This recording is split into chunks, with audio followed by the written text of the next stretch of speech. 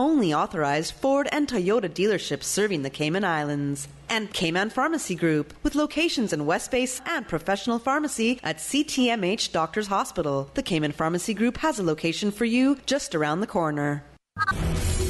Coming to you live from Radio Cayman Studio. For the record. For the record. For the record. Hear from your government officials, independents, and the opposition on issues that matter to you. For the record. Engage in an open dialogue between residents and lawmakers. For the record. For the record. For the record. Informative, impartial, insightful. This is your talk show. 1-800-534-8255. Your calls, your input. This is For the Record. And now, your host, Orrett Connor.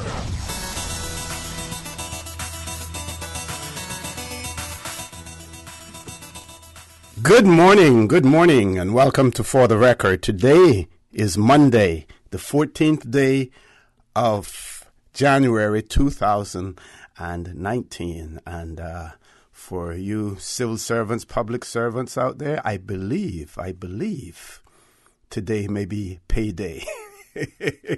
I said I believe, I'm not sure, but I am told that there are certain offices within the government where everyone has the calendar positioned somewhere where it is quite visible and they can see it, and all of the government paydays are marked on there so that they know. Because we have to be realistic. We see in the United States of America now, with the government shut down, how many people are living from paycheck to paycheck and basically have no reserves that they can tap into, and it becomes extremely pressing for people. And then, of course, with most workers, because of the Christmas holidays and everything, we saw early paydays. So even the 14th of January is an early part of payday as well. So I guess they will gradually move it closer and closer so that it comes around about the third week of the month eventually. But that is important. Also, there are many people who complain about the utility bills, water, electricity, phone bills. The due date for them usually fall inside of the pay date. So their bills fall due before they actually get paid.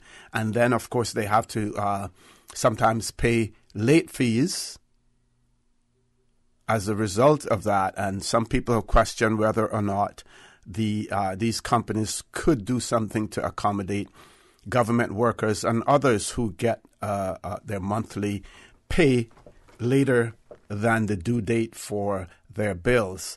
And I would say that if you're unable to do that on a massive scale, that individually you should approach your providers to see what can be done on an individual basis. I believe that may be a better approach than them attempting to do it on a wholesale basis, because then you will get other people who may not necessarily be affected by it saying, well, why shouldn't we be included in that as well? Or is it possible for them to just simply shift the dates? I'm not sure why they have their due dates set the way they are. And of course, some people would say, well, they have to pay bills too. They have to pay their loans and everything else. So that is important. Before I start my introduction this morning, I also have been asked to say congratulations to Mr. Brandon Moxham from Miss Phyllis Moxham, congratulating him on doing so well, passing his exams and doing so well. Also, this one is big because he called in on the show on Friday morning, but of course he's pretty modest like many people are, and they don't like to publicize the fact that they have an upcoming birthday, or even if it's that date. But Dr. Steve McField's birthday was on Saturday. Dr. Steve Macfield. So belated happy birthday to you, Dr. Steve. I tried calling you, but I couldn't get you. But I can't say on air what Lord Graham said that you were doing and who you were hanging out with, but I'll tell you that personally. But I did try to reach you, and we missed you also at Rennie Barnes' place. And let me mention that as well. Rennie Barnes on Barnes Road. Some people know the road going down there as Dump Road, but there is a street called Barnes Road as well. And the old-timers corner, Caymanians, they were there on Saturday evening. A whole lot of people, Niels Godfrey, Nikki Godfrey, Miss Phyllis Moxham, Miss Pam, Baba, Crosby Walton, Joellen Thompson, Alan Moore, Graham Rankin, Darwin Ebanks, so many people were there. Marva, Miss Winsome, and the menu, it was a potluck dinner that they had, and on the menu was turtle, conch, and chicken, and there was some nice fruit cake. Everybody was raving about the fruit cake that Niels Godfrey brought, and that was made by his wife, as well. So we had a good time, and of course, this is a monthly thing. The first Saturday of the month, held on Barnes Road, Rennie Barnes' place, and sit around. It was very informal. Talked about different things, and a lot of younger Caymanians were there also, and they picked up on a lot as well. Oh, Ray Banker was there also. Ray Banker, he was there. Many people, and when you have food, you're going to attract people as well. But this particular event that is held at Rennie Barnes' place, the attraction there really is more talking about Old Cayman and learning various things. I was very fortunate to get some.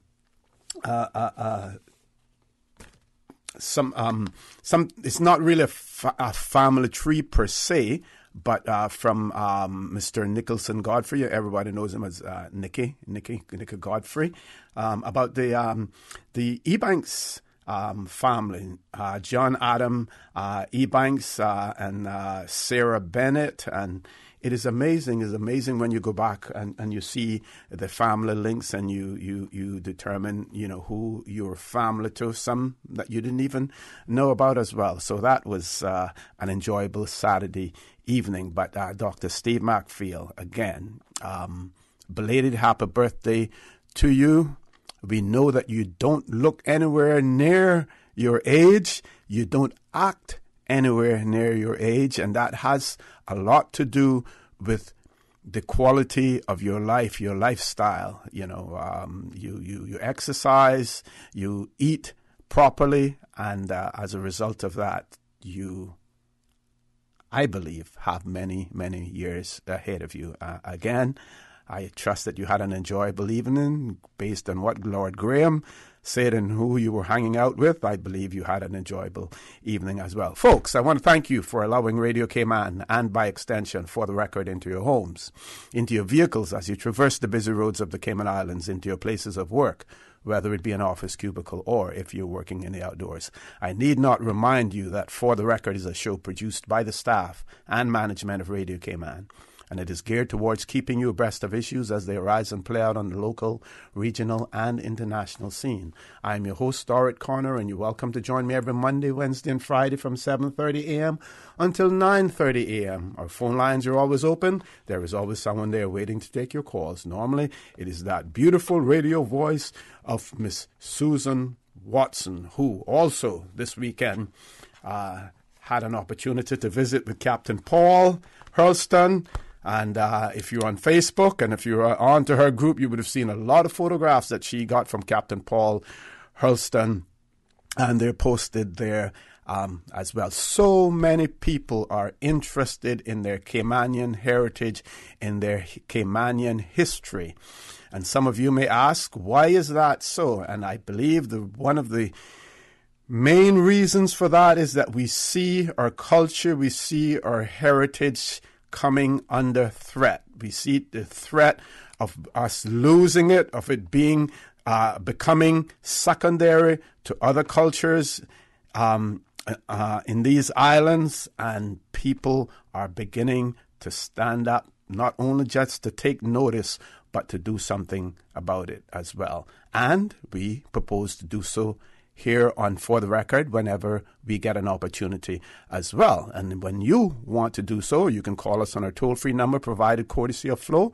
That toll-free number is 1-800-534-8255. You can also call us on 949-8037, 949-6990. Email us at fortherecord, that is one word, for the record, at candw.ky. WhatsApp us on 925-3261. And of course, you can follow us on YouTube simply by subscribing to Radio Cayman live stream. I believe we're going to have Miss Tara Bush in with us this morning talking about health. I'm not certain that may be at 8:30 because we had some scheduling changes. And of course, last Monday we did have Dr. Shara Smith. Sorry, we did have Dr. Shara Smith with us last week talking about the scholarships program, and that was actually scheduled for this today, and it would have been the scholarships program from 7:30 to 8:30, and then Ms. Tara Bush talking about health from 8:30 to 9:30. So we still expect that Ms. Tara Bush will be on. In the event that she isn't, we have lots to talk about as well. So phone lines are open. I'm going to go back to Tradewinds newspaper. And again, for those of you who are hearing it for the first time, the Tradewinds newspaper, published by a gentleman by the name of Mr. Billy Bawden. He was working for the Miami Tribune Herald and wanted to return to the Cayman Islands to set up a newspaper, made some contacts here in the Cayman Islands, and eventually established something with Mr. Arthur Bawden. Everybody know him as Mr. Arthur Stead. Old days, we call Mr. Arthur Stead, Mr. Arthur Bawden. That's Honorable Truman Bawden's father, James MacDonald, who was a Canadian lawyer who came here. And also, I believe Mr. Stanley Panton was involved in that. But Mr. Arthur Bawden and James MacDonald, they were the financial backers of that newspaper, provided Mr. Billy Bawden with a salary, provided him with the seed funding for establishing the paper, buying cameras, printers, everything that was needed for it, and that was started. So what I try to do on the days that I'm going to talk about it, when I get an opportunity to talk about it, is to bring us as close as we can to the date that we're talking about it. So we have one for January the 13th, 1966, but I want to do January of 1965, and the closest to the today's 14th would be the 21st of January, 1965. That would be next week, Monday, but we're going to do it this Monday as well. And the headlines there was Winston Churchill's condition grave. Jamaicans here are reassured by the administrator, and I'll talk about that one because that had to do with a popular lawyer in the Cayman Islands, very colorful lawyer as well. Some people would say one of the worst drivers on the roads of the Cayman Islands as well. A gentleman by the name of Mr. Carl Brandon. And so there's an article entitled Jamaicans here are reassured by the administrator. Also in that issue, the inauguration of the 36th President of the United States. Another article, an old friend revisits us, and something that we just recently had in the Cayman Islands as well, Northwester, and they had pictures of a Northwester that took place in the week of the 21st of January 1965. Then we have letters to the editor, a photograph here of Mr. Desmond Watler and his newly appointed assistant administrator at work as his office at that time, and that lady would have been Miss Emma Jean Martinez. And for those of you who don't know, she is the current wife of Mr. Hartman DaCosta, Medak House. So 1965, she started her job, and she was the assistant office assistant to the assistant administrator, Mr. Desmond Watler. And that was a time when Mr. Desmond Watler took over the office as well. I'll read some of that also. We have the Bordentown News. Mr. Willie Wood was the reporter for the Bordentown News. Also in that edition, we had someone by the name of J.R.B. Hodges, the VSO, visited the Cayman Islands for 2 days. And I believe VSO was the Volunteer Service Organization. And that is where we got a lot of our teachers came through the voluntary services overseas, voluntary service overseas. And we got a lot of our teachers who came to the Cayman Islands, many in students in their gap years and stuff like that who came to the Cayman Islands as well. So we're going to be talking about Tradewinds newspaper, the 21st of January 1965. When I return from this commercial break, we're going to be reading about Jamaicans here are reassured by the administrator. Please stay tuned. For the record, we'll be back shortly. The Cayman Islands boasts of a long, colorful, and rich history. In tribute to our roots, Radio Cayman, the voice of the Cayman Islands, is pleased to bring you the historical vignette series, sponsored by Cayman National Bank. Visit Cayman National Bank today for all of your financial needs. The Cayman Islands, he hath founded it upon the seas. Dr. Marco Enrico Clifton Giglioli, OBE 1927-1984. Dr. Marco Giglioli was born in British Guiana, a son of Mariologist Dr. George Giglioli. Attended school in Italy and Guyana.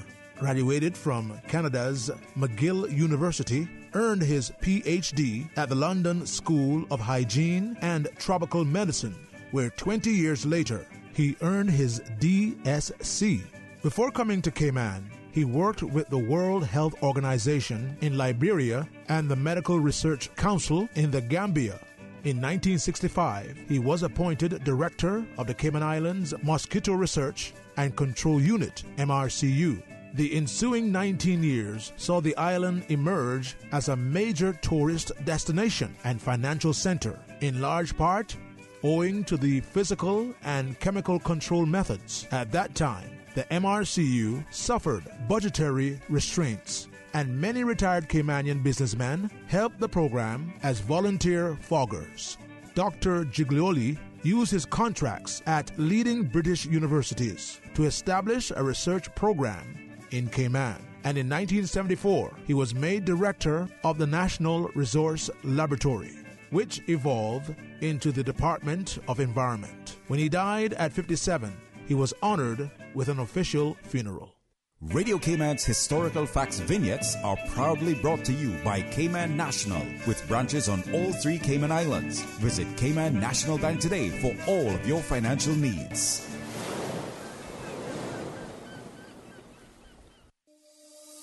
It's more than what we do. It's who we are. We were your official bank of the quincentennial celebrations in 2003. We were your Bank of the Year 4 times. We were voted as the inaugural top employer in 2010. We were the inaugural Business of the Year awardee in 2017. Who are we? We are Cayman National, your local bank, proudly serving you for over 40 years. It's because of you that our journey continues.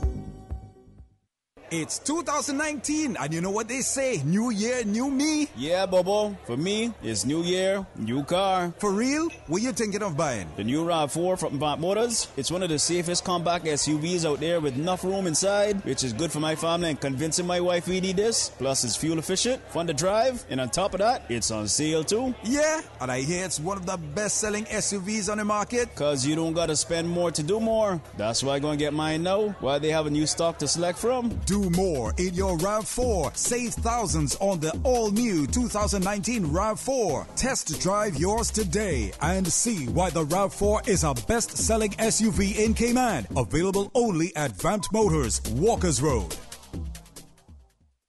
It's the CMEA's 11th Annual Music Festival Weekend, coming January 25th to 28th, Heroes Day Weekend. 5 events over 4 days. Friday the 25th, catch the DJ Showcase. Cayman Cabana, Soulcarama, Carib Cafe, Reggae Revolution, Silverside's Dance Party. Saturday the 26th, see the Young Musicians Showcase at 1 p.m. at the Hockwell Theatre, followed by the Hero Salute at 7 p.m. at the Havana Club. Sunday the 27th, don't miss the Music Awards ceremony at the Hockwell Theatre. And on Monday, Heroes Day, the live music showcase will merge with the Heroes Day ceremony in Georgetown for an evening of live local music. For more detailed information or tickets for the 11th Annual Music Festival, call 928-7665 or visit the Cayman Music and Entertainment Association on Facebook. Music Festival Weekend, 4 days, 5 events. Don't miss the celebration of Cayman's top musical talent. I remember playing at 7 Mile Beach as a boy, eating mango by the sea, learning how to snorkel. My mother, she worked so hard to provide for our family so that we could have those moments. Seeing her age has been tough. That strong, capable woman, now in need of daily support, it's my time to be strong for her. CTMH Doctors Hospital Pharmacy understands the importance of the careful decisions you make every day for your family. Our staff work towards healthcare excellence and providing the most current and up-to-date training with pharmaceutical care, so you can feel knowing that your family is safe with the right medication. At CTMH Doctors Hospital Pharmacy, we take care of your health. System 1 loaded. 1-800-534-8255. What is on your mind when it comes to the government, independence, and the opposition? Issues that matter to you. 1-800-534-8255. Waiting to hear from you. For the Record, with your host, Orrett Connor. Good morning and welcome back to For the Record. No guest in the studio, so I'm bringing you up to date with some of the happenings in the Cayman Islands in 1965. Trade winds issue 21st of January 1965. Jamaicans here are reassured by the administrator. And the article reads, in Monday's issue of the Daily Gleaner, the front page headline highlighted a complaint by Mr. Carl Brandon, barrister at law, that he and other Jamaicans were being victimized by the Cayman Islands government. The article, which followed, indicated that the matter had been reported to Sir Alexander Bustamante, Prime Minister of Jamaica, who had threatened reprisals against Caymanians in Jamaica if such allegations proved to be true. On the 19th of January, a public notice under the signature of His Honor the Administrator was posted in Cayman as follows. And I'll take a break there for a second and just tell you that the public notices were usually placed up on government buildings. Quite prominent was the courthouse, where notices would have been placed, and probably at the government administration as building as well. Those were also. That's where you also published the bans for wedding bans and things of that nature. So the administrator on the 19th of January published a notice, And it read, "The attention of members of the public is drawn to a report which appeared in the Daily Gleaner on the 18th of January 1965 under the heading, Jamaican Complains to Sir Alexander about Treatment of Jamaicans in Former Dependency." This report includes statements to the effect that a certain barrister and other Jamaicans had been asked to leave the Cayman Islands by the administrator, and that Jamaicans were being victimized under a recent immigration law and were being discriminated against in the law courts. The administrator wishes to reassure members of the public, and particularly those Jamaicans residing in the Cayman Islands, that these statements are totally without foundation. So, and of course, the genesis of all of this was in 1965. There was a law, I forget the name of it now, but it had to do the work permit law, because there's an editorial in one of the other Tradewinds newspapers relating to it as well, where persons who did not belong to the Cayman Islands would require work permits to be able to reside and work in the Cayman Islands. So this is the genesis of that. So let's look at another article, and this one has to do Old Friends Revisit Us. And some of you who are listening, I believe that you will be able to relate to this as well. And reads, "An old friend revisits us. No doubt many Caymanians will recognize Lieutenant Commander Clay Shackelford, the first commander of the U.S. Naval Base, which was established here in 1942. So the naval base that was located behind the public library, established here in 1942. He is pictured here with his son Patrick and little girl friend Sarah Elizabeth Luxon, who is vacationing with them at the beach club. Mr. Shackelford came to Cayman with the U.S. forces to establish a base for refueling planes. With the help and cooperation of Commander Jones, Inspector Roddy Watler, and Roddy, we called him Roddy, but I believe his first name was Rodriguez Watler, Captain Rail Borden, and the late Mr. Ada Parsons, and Mr.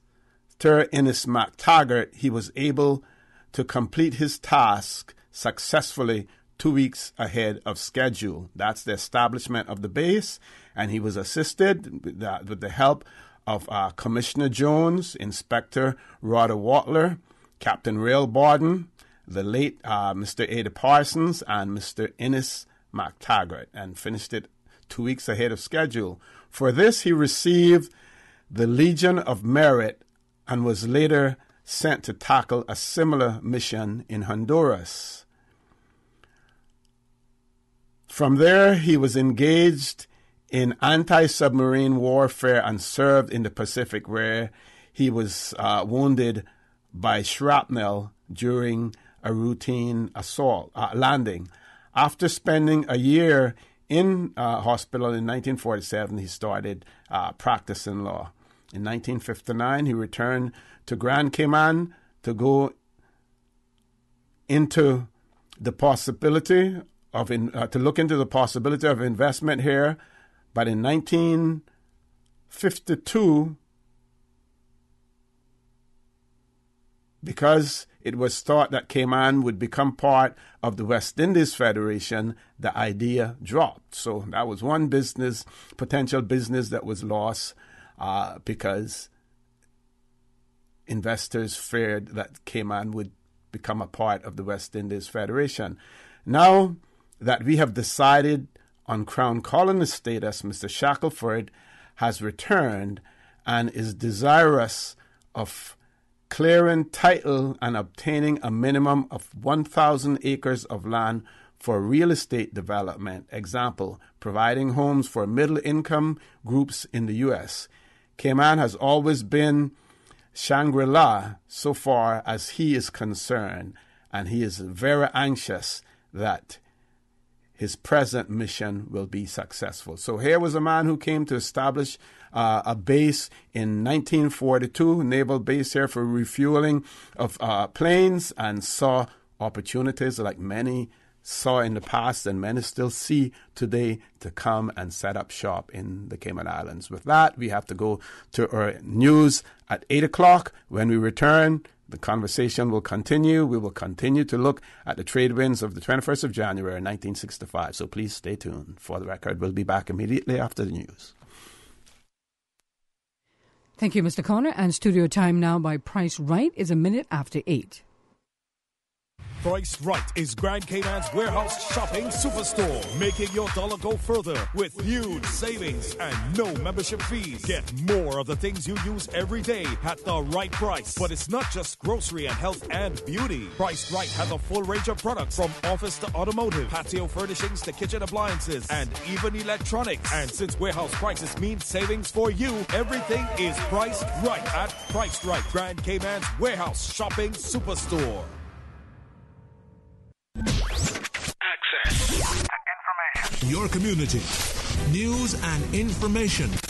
Radio Cayman is your choice, your voice for today's biggest news. Radio Cayman.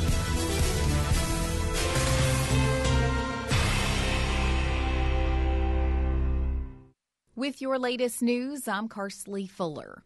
Giovanni Silburn admits to assaulting an East End man with a knife back in July 2018. Silburn pled guilty in Grand Court to 1 count of wounding with intent and 1 count of carrying an offensive weapon. The details of the assault weren't outlined in court. He was remanded into custody and is expected to return for sentencing in March. In the meantime, Wayne Belafonte Jr. enters not guilty pleas to 1 count of robbery and 1 count of possession of an imitation firearm. He and another person are alleged to have robbed a woman of her purse and 7,000 CI dollars in July. He was also remanded into custody. Still hanging on to that natural Christmas tree? The Department of Environmental Health says, you know what, there's still time to recycle it. Radio Cayman's April Cummings has more. The Department of Environmental Health has extended its natural Christmas tree recycling program through Thursday, January 24th. You will need to remove all wires and any ornaments from the tree before putting it in one of the collection bins. DEH has set up collection points at Ed Bush Stadium in West Bay, in Georgetown at the cricket field, and also at the landfill drop-off area. You can also stop by the spot stock in Savannah or at the entrance of Frank Sound Road. Now, the extension does have one hiccup. You'll now have to wait until Saturday, January 26th to pick up that free Christmas tree mulch. If you have any questions, you can contact DEH by phone at 949-6696 or by email at dehcustomerservice@gov.ky. April Cummings, Radio Cayman News. In regional news, Trinidad and Tobago Loop is reporting that scientists are concerned that a mosquito-borne disease transmitted from animals to humans could spread throughout the Caribbean after it was found to be present in Haiti. A release said the Madamariaga virus, or South American Eastern Equine Encephalitis virus, has until now been primarily in animals of South and Central America, with the first human outbreak occurring in Panama back in 2010. Now, scientists writing in the PLOS Neglected Tropical Diseases report the identification of MADV in 8 children in Haiti in 2015 and 16. Glenn Morris of the University of Florida and colleagues maintain a surveillance program at a school clinic in Haiti, and since 2014 have collected blood samples of children presenting to the clinic with acute febrile virus. In April 2015, one such sample collected from an 8-year-old girl tested positive for MADV. The virus was then cultured from an additional 7 patients from the same cohort through 2016. MADV is a mosquito-borne disease transmitted to humans from animals including horses, mice, rats, and bats. Little is known about its epidemiology or life cycle. Now with a check of international news, here's the BBC who will take us out of the newscast. I'm Carsley Fuller from Radio Cayman's newsroom. BBC News with Neil Nunes. Senior EU officials have published a letter with further reassurances about the draft Brexit deal that will be put to a crucial vote before Britain's Parliament on Tuesday. The letter stresses the EU doesn't want to use a controversial fallback policy to avoid physical checks on the Irish border. Turkey says it won't be deterred by President Trump's threat to devastate the country economically if it attacks Kurdish forces in Syria after U.S. troops pull out. The foreign minister said the tweeted comments were a reflection of the pressure Mr. Trump was facing at home. Protests are taking place across Zimbabwe after President Emerson Mnangagwa more than doubled the price of fuel. The president blamed rampant illegal trading in fuel for shortages. An Italian fugitive who's been on the run for decades has arrived in Rome hours after being extradited from Bolivia. Cesare Battisti led a communist militant group in the 1970s and was found guilty in his absence of involvement in 4 murders. Police in China say 17 officials have already been punished after expired polio vaccines were given to more than 140 children. It's the latest vaccine scandal to hit the country after widespread problems in the past few years. The Sudanese President Omar al-Bashir has declared that a wave of protests in the country will not lead to a leadership change. Addressing supporters in Darfur, he acknowledged the country faced problems, but said demonstrations would not alter the government. BBC News. Access to information. What's happening in your community? News and information, music and more. You can find us. www.radiocayman.gov.ky. Like us on Facebook and follow us on Twitter. Radio Cayman is your choice, your voice for today's biggest news. Radio Cayman.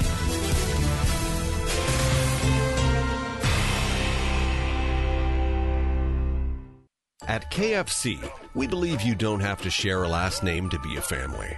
Whether it's an office party, holiday fete, or family gathering, enjoy KFC's fresh, hand-breaded finger-licking good chicken. The KFC Festive Feast includes 10 pieces of original recipe or spicy chicken, creamy mashed potatoes, tasty coleslaw, and warm biscuits. KFC's holiday catering menu includes buckets of hot wings, sweet chili wings, or chicken tenders. KFC, it's finger-licking good. If your 2019 resolutions include clear and healthy skin, then ask the pharmacist at Healthcare Pharmacy in Grand Harbor about Proactive and X-Out skincare products. Get your best blemish-free skin ever with dermatologist-developed Proactive. X-Out is a revolutionary doctor-developed acne treatment designed just for teens. This one-step face cleanser works 3 ways to clear up acne. Ask the pharmacist at the Healthcare Pharmacy in Grand Harbor for advice on Proactive and X-Out. 2019 will be your year of clear and healthy skin. Healthcare Pharmacy, Grand Harbor. In financial news, shares were lower in Europe and Asia today, extending the latest losses on Wall Street after China reported a slowdown in exports. Keeping score, Germany's DAX lost 0.9% to 10,791, and the CAC 40 in France fell 1% to 4,734. The FTSE 100 in Britain dropped 1% to 6,847. Wall Street looks set for a downbeat start to the week, with Dow future contracts down 1%, and the contract for the S&P 500 also 1% lower. Looking at Asia, Japan's markets were closed today, but Hong Kong's Hang Seng Index lost 1.4% to 26,298, while the Shanghai Composite fell 0.7% to 2,535. The Kospi in South Korea declined 0.5 percentage point to 2,064. In energy, benchmark U.S. crude oil gave up 97 cents to $50.62 per barrel in electronic trading on the New York Mercantile Exchange. It lost 1.9% to settle at $51.59 per barrel on Friday. Brent crude, the international standard, lost $1.01 to $59.47 per barrel. It sank 1.9% to $60.48 a barrel in London. And in currencies, the dollar was trading at 108.11 yen, down from 108.48 on Friday. The euro slipped to 1.1457 from 1.1466. At Kirk's Home Center, we can make your life much better. We got it all together. We got a great deal in store for you. From cookware to stereos, from power tools to plumbing supplies. Yeah, we got the best goods with the best price and a service to make you smile. Kirk's Home Center, we got a great deal in store for you.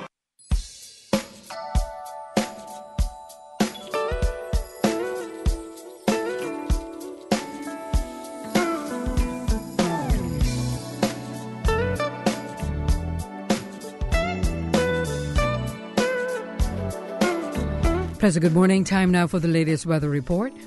Synopsis indicates slight to moderate northeasterly winds and seas will continue across the Cayman area for the next 24 hours in association with a high-pressure system over the western Atlantic Ocean. Radar images show no showers around the Cayman area. Now the forecast for the Cayman Islands for today, calling for partly cloudy skies with a 20% chance of showers, and temperatures will be in the low 80s. Your winds will be northeasterly at 10 to 15 knots, and seas will be slight to moderate with wave heights of 2 to 4 feet. Tonight, expect partly cloudy skies with a 30% chance of showers, and temperatures will be in the low 70s tonight. Your winds will be northeast at 5 to 10 knots, and seas will be slight to moderate with wave heights of 2 to 4 feet. High tide will occur this morning at 5 minutes past 9, low tide this afternoon at 4 minutes after 3, and a high tide again tonight at 8:08. The sun will set this evening at 6 minutes past 6 and will rise tomorrow morning at 2 minutes after 7. And the outlook is calling for similar weather conditions through Wednesday morning.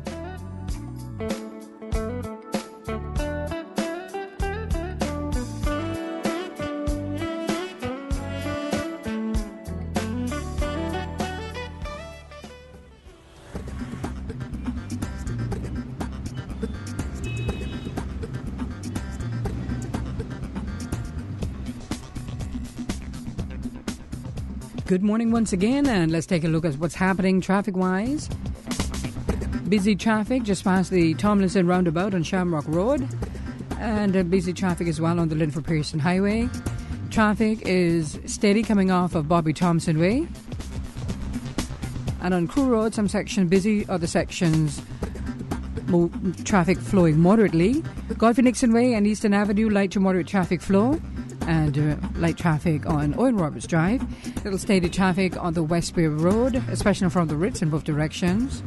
And traffic heading into Georgetown on Shedden Road, moving smoothly, and light traffic out of Georgetown on Shedden Road. Edward Street traffic, moderate flow. And on North Sound Road, traffic is moderate. That's very latest on your traffic. Join us again at about 10 minutes after 12. We'll update you traffic-wise. If you see any incidents or accidents on Cayman's roads, give us a call here at Radio Cayman, 949-6990. Have a good morning and buckle up.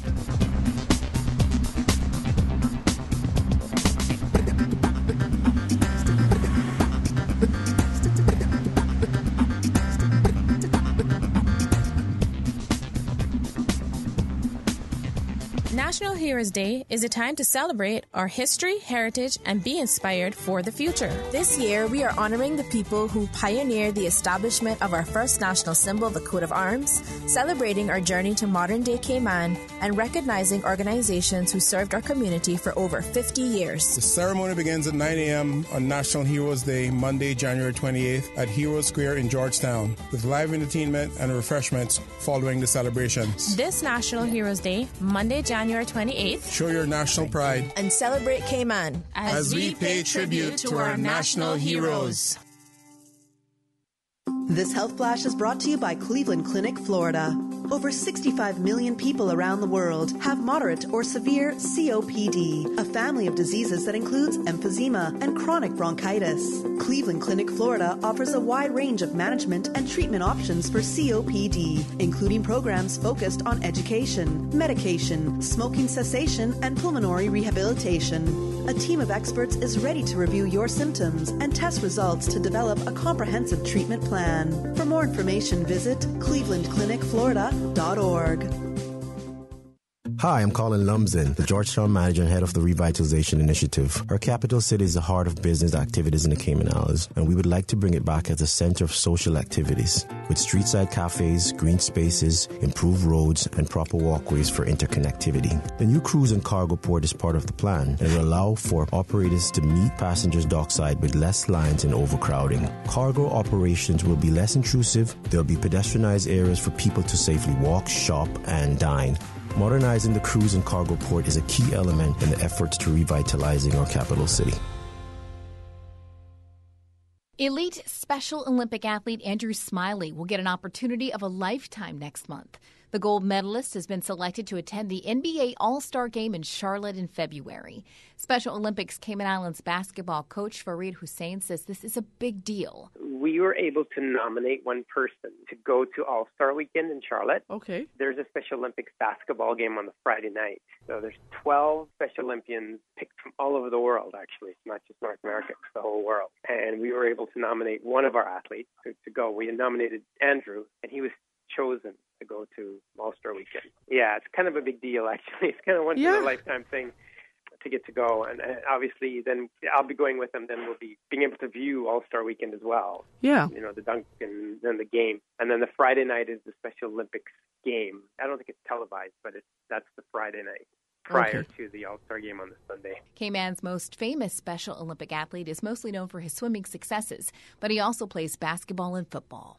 And in international sports, New England tight end Rob Gronkowski said the Patriots would take the night to enjoy it. Safety Devin McCourtney said it would be closer to just a few hours of celebration. However long the Patriots players plan to relax after their dominating 41-28 divisional round win over the Chargers on Sunday, this much is clear. A very good Kansas City Chiefs team is waiting in the AFC Championship game. Meanwhile, in the losing locker room in Foxborough on Sunday, the Chargers headed back across the country after dropping their lone game of the season outside the state of California.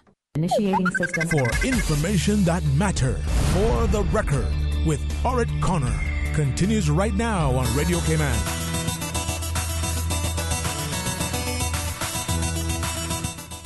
Good morning and welcome back to For the Record. No guests in the studio. Hopefully 8:30. I believe we should have a guest then. I'm concentrating on the Tradewinds newspaper, the 21st of January 1965. And I gave you some of the headlines. I'm going to share with you some letters to the editor at that time. There was one written by Mr. C.E. Broadbent. I believe he was the... what do we call him, an optometrist here in the Cayman Islands at that time. That's the man that you went to get your glasses and everything.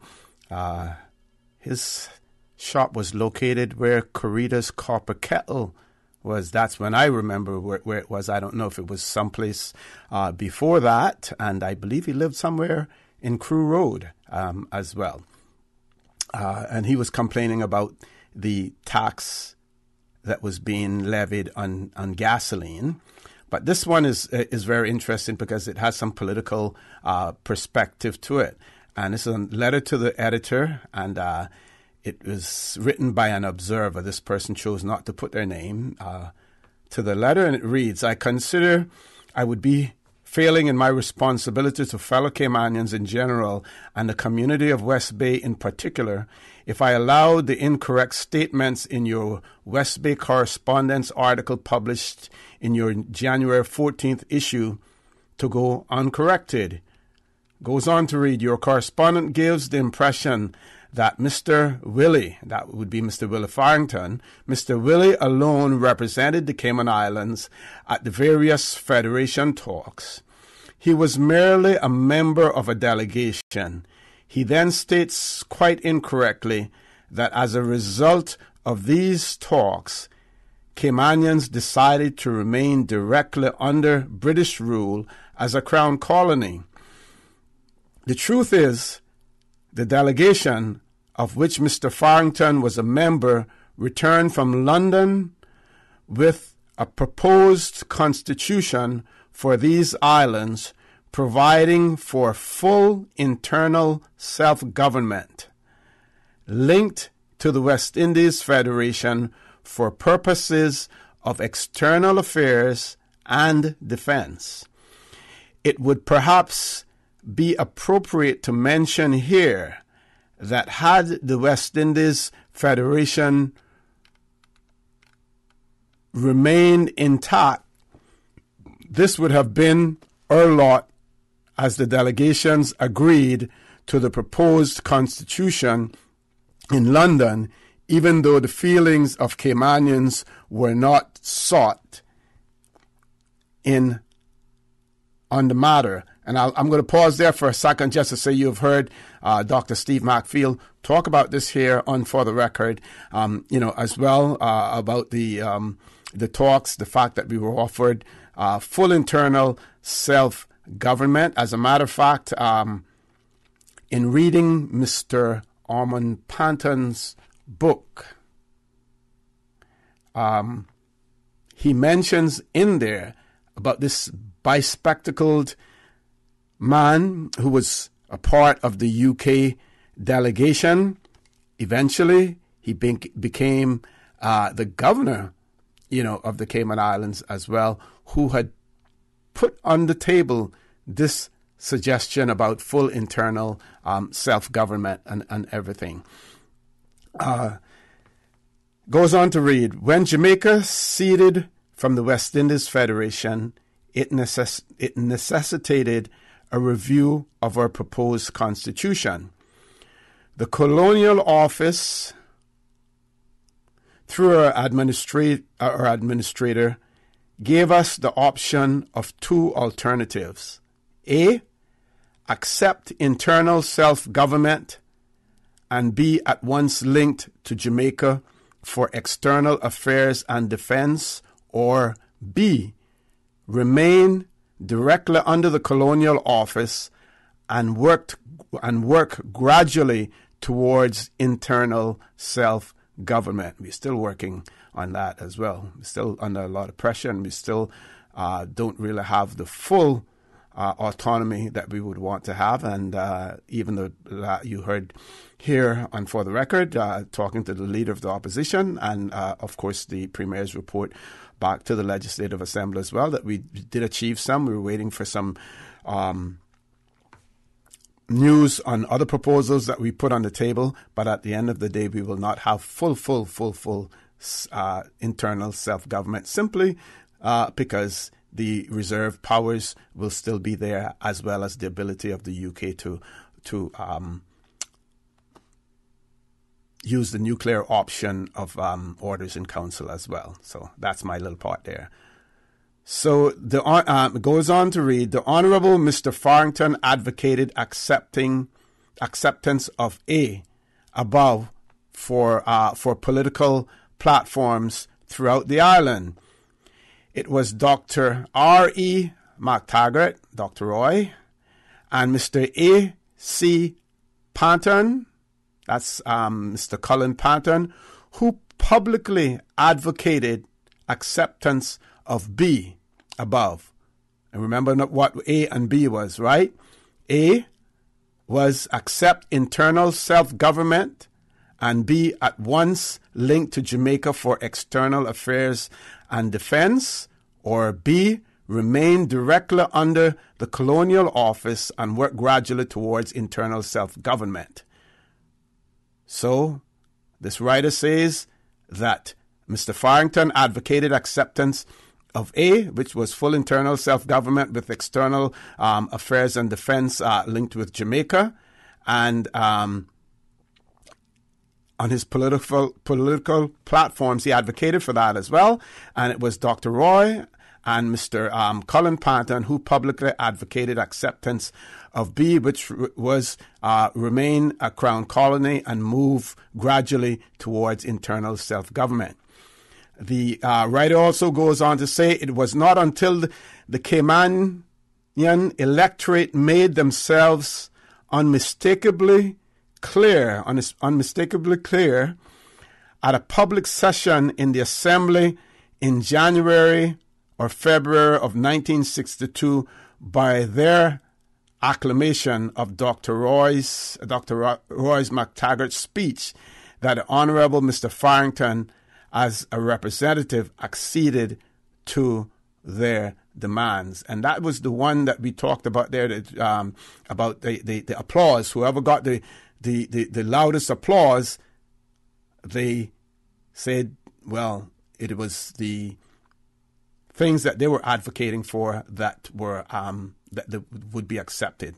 That was they gained the majority of votes. The applause was the votes. Says here, no thanks is due either to the Honourable Mr. Farrington or you or your West Bay correspondent that we enjoy our present Constitution. Is it any wonder that the Honorable Mr. Farrington almost always represents the Cayman Islands at these conferences when he's actually selected to go by colleagues in the Assembly, such as your West Bay correspondent, whom I have shown to be so thoroughly lacking in knowledge of the affairs of these islands? I think it is time for our politicians to forsake glib generalities and deal in specifics. It would have been much more enlightening had your correspondent took the opportunity to tell us some of the things which were initiated by his political colleague for the betterment of these islands. I cannot help in this connection but can suggest much that needs doing right here in West Bay. Our elementary school, built in 1939, lacks to this day modern sanitary conveniences and a water system for teachers and children. There are no vacant lots available in our cemetery, and reportedly no alternative site has been acquired. By their words shall we know them, the writer ends, and says an observer. Don't know who this observer is, but I believe that I would venture to say that writer was very political astute, knew all of the things that were happening, and I would have no doubt that this person was either a current politician themselves or an aspiring politician. Of course, the name was not put there, so we don't know, but the details that that person was privy to had to have some connections there. But that's an interesting article. It gives you some insight, about constitutional negotiations, or position as far as the Federation of the West Indies is concerned as well. One caller, let's go to the phone lines. Caller, good morning. Welcome to For the Record. Yes, good morning. I thought you would be there forever. Almost. Good morning. How are you? Good morning to the listening public. I wish you all a healthy and prosperous New Year and a Merry Christmas, because I'm right round the corner again. That's right. I started my shopping already. The article just reading it very interested me. I was around here at that time. I know all about it. I didn't need to read the article. What I call it about Barrister Carl Brandon complaining about Caymanians being unfair to Jamaicans. Yes. That article says that she wrote how unfair it is to Caymanians. I had a fight with this same Barrister Carl Brandon, a fight. Yeah, he had sued you, right? All indication, he got the worst of it. He woke up and stayed in the band 4 o'clock in the morning, get him out fixed. So, well, by a long time, I'm still waiting on an answer for that. They refused me of a jury. They brought down a Jamaican judge to try it, a Jamaican clerk of court, and he's a Jamaican. Imagine what I went through. You couldn't put up no land for bail. You had to put up cash money. That was there before around 20 to 3. Treasury closed 3 o'clock. They wouldn't take it. How much was the bail? How much was the bail money? How much was it? How much was it? Was it? I believe it was £100. £100. Okay. That was good money them days. Oh yes. And they wouldn't take it because they wanted to wait till 3 o'clock and say the treasury were closed. That they were locked me up for that night. I went back to look for James McDonald, a Canadian lawyer that defended me free. The morning after the fight, and I've got much shake hands in my life from the big people from Georgetown. I don't want to call no names.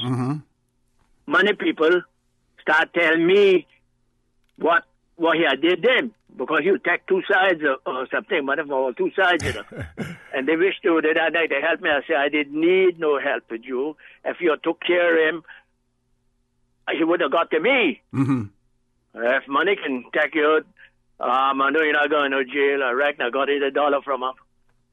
Donald McDonald and your sister Annis, I know she had to do plenty of free work for me too. Yeah, and she worked at the Trade Winds newspaper as well. McDonald office at the time I talked about. Okay. And I know McDonald could afford, he wouldn't charge me and he could afford to pay her for them later with the stuff she put in it sometime. And to make a long story short, I appealed that, went to the highest, not the Privy Council, to Jamaica Appeal Court, and still that ruling stood up. All Caymanians are interrelated. There could be no trial, fair trial by jury. Mm. And I'm still waiting on answers now because up till now they haven't jury trial. And that's what they did me about on. Tony Spaulding twice on the case. And the last one, Henriquez. And McDonald was away then. And the government law firms here to help me. And they discouraged me from going to the Privy Council with it. So that's where that's where Caymanian got refused a jury trial. And the law says any part of the first one shall have it, don't say me. And that's what they did. This is a Cayman boy. Mm-hmm, mm-hmm. But the story you got about the politics of the very rest, and I know all about it. I was at the meeting they had in Town Hall, and Dr. Roy was so convincing that they decided to go his way. Mm-hmm, mm-hmm. I remember all about it now.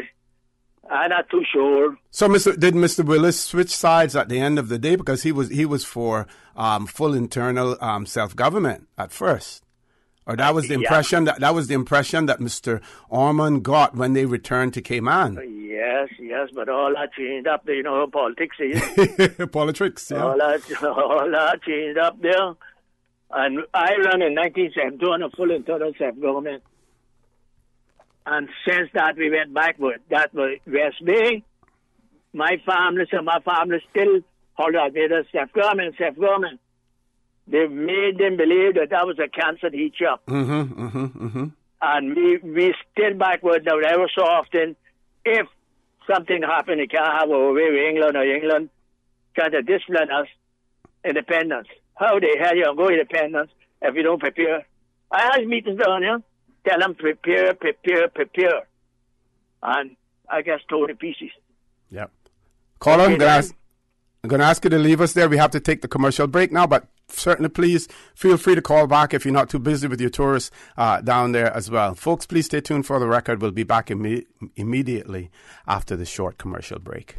It's 2019, and you know what they say, new year, new me? Yeah, Bobo. For me, it's new year, new car. For real? What you thinking of buying? The new RAV4 from Vant Motors. It's one of the safest compact SUVs out there with enough room inside, which is good for my family and convincing my wife we need this. Plus, it's fuel efficient, fun to drive, and on top of that, it's on sale too. Yeah, and I hear it's one of the best-selling SUVs on the market. Cause you don't gotta spend more to do more. That's why I'm gonna get mine now, while they have a new stock to select from. Do more in your RAV4. Save thousands on the all-new 2019 RAV4. Test drive yours today and see why the RAV4 is a best-selling SUV in Cayman. Available only at Vant Motors, Walkers Road. It is amazing to see my daughter grow up and make a difference in the world, but it is also completely terrifying to worry about her when she goes out with her friends. It is my job as a father to make sure she makes smart decisions and is safe as a young woman.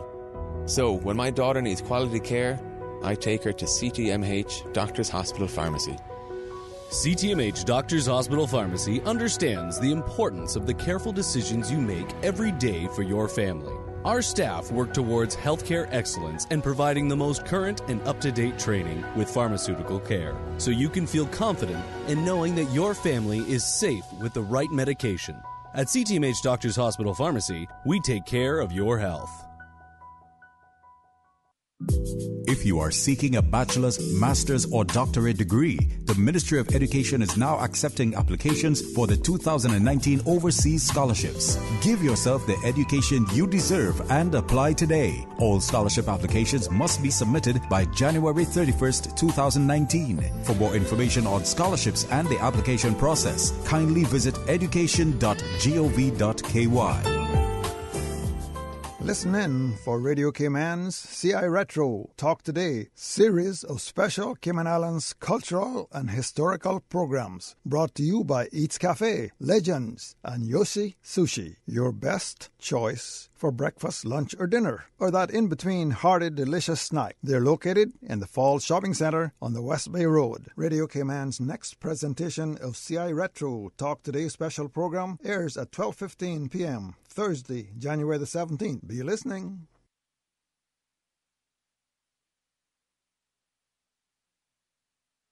System 1 loaded. 1-800-534-8255. What is on your mind when it comes to the government, independence, and the opposition? Issues that matter to you. 1-800-534-8255. Waiting to hear from you. For the Record, with your host, Orrett Connor. Good morning and welcome back to For the Record. We're reading from the Trade Winds newspaper, the 21st of January 1965. Read some of the headlines in the newspaper. They included Jamaicans here are reassured by the administrator, and you heard one caller talk about that. Winston Churchill's condition grave. We had an article on an old friend visiting the Cayman Islands, a gentleman by the name of Clay Shackelford, who was came to the Cayman Islands in 1942 to set up the naval base for refueling of planes here in the Cayman Islands. Inauguration of the 36th President of the United States, Lyndon Baines Johnson. Some letters to the editors, photographs of the Northwester that we had that week as well. Story about Mr. Desmond Watler assuming the position of assistant administrator, and I will read that now. It says here, Mr. Desmond Vere Watler was born in Grand Cayman in 1914, a son of the late Mr. and Mrs. W. Cornwell Watler. Says he was educated at Calabar High School, Kingston, Jamaica, and obtained a Cambridge School certificate. In 1937, he entered the civil service as a clerical officer and has, through the years, held the position of competent authority, 1943 to 1945, Comptroller of Treasury, Customs and Post Office, and Deputy Treasurer and Treasurer. Then it goes on to read, in 1948, he was married to Miss Wilma Ryder of Kalamazoo, Michigan, who was teaching at Triple C School, and they have one son, Billy. That would be Billy Watler. Says Mr. Desmond is happiest with statistics, accounting, and financial matters, and thus brings this valuable asset to his new appointment. He's interested in gardening and is an elder and keen worker in the Georgetown Presbyterian Church as well. So it's a profile of Mr. Desmond Vere Watler when he assumed the position of assistant administrator, and his newly his office assistant was Miss Emma Jean Martinez, now Mrs. Hartman DaCosta, Miss Emma Jean DaCosta now as well. So a little history there, for you about the Cayman Islands. We're going to continue to browse through Trade Winds newspaper. You heard me speak about the VSO, and this will be interesting because it'll give you an insight of some of our teachers, how we got our teachers here in the Cayman Islands. And it says here that in 1961, the initials VSO were new to Caymanians, but the names Ian Strachan, Bruce Hawkins, Stuart Palmer, James Parrish, and Jeremy Wingate Wingate Saul are now familiar ones to many, especially the boys and girls of the Cayman Islands High School, who were their pupils and, of course, their girlfriends. Interesting. Although these volunteers each only spent 1 year in our midst, the voluntary service which they so readily gave in so many ways has been an example for others to follow and has been greatly appreciated by the community as a whole. Who can forget their antics on the football field, in the boxing ring, on stage, as Aladdin, Prince Charming, Tutus, blah, blah, blah. The Volunteer Service Organization, which is the VSO, in Great Britain was started in 1954 to give students who had a year to fill in, that was called a gap year, between their secondary education, which is high school, and university, to give them an opportunity to go overseas and assist in various spheres of involunteerism. At the present time, there are more than 700 working in 58 countries as teachers, nurses, doctors, dentists, engineers, research workers, physiotherapists, and agriculturists. From the 18th,